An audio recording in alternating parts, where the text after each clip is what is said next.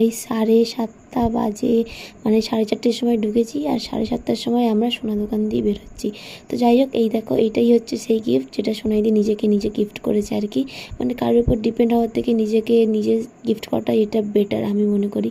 তো যাই হোক, ফাইনালি আমরা চলে এসেছি চাউস সিটির সামনে। আর এই ব্যানারটা দেখে আমার মামাকে বলছে, নিশামা এটা দেখো তোমার মতো লাগছে। আমি বলছি হ্যাঁ, একদম ঠিক বলেছিস। তারপর দেখো এখানে এক্সিলেটারে আমার মামা বসে বসে উঠছে।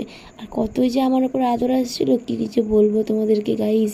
মানে নিজের মামাকেও চেনে না, দেখেছো তো ওরা কোথায় তার ঠিক নেই। তারপরে আমরা ফাইনালি আমাদের ফটোশ্যুটের জায়গায় চলে এসেছি। আর এসেই আমরা যে যার মতো পোজ দেওয়া শুরু করে দিয়েছি ফটো তোলার জন্য। এটা আমি ভিডিওর জন্যই করতে বলেছিলাম। তারপর দেখো কি হারে আমি ওদের পিছনে লাগবো। তো খিচ মেরি ফটো। সেখানে প্রিয়াঙ্কা রিল করছে। আমার দিদি রিল করছিল আর আমার মণিমা মানে আমার মারা সব রিল ঘাঁটছিল বলে আমি ওদের পিছনে খুব খুব খুব কাটি খাচ্ছিলাম।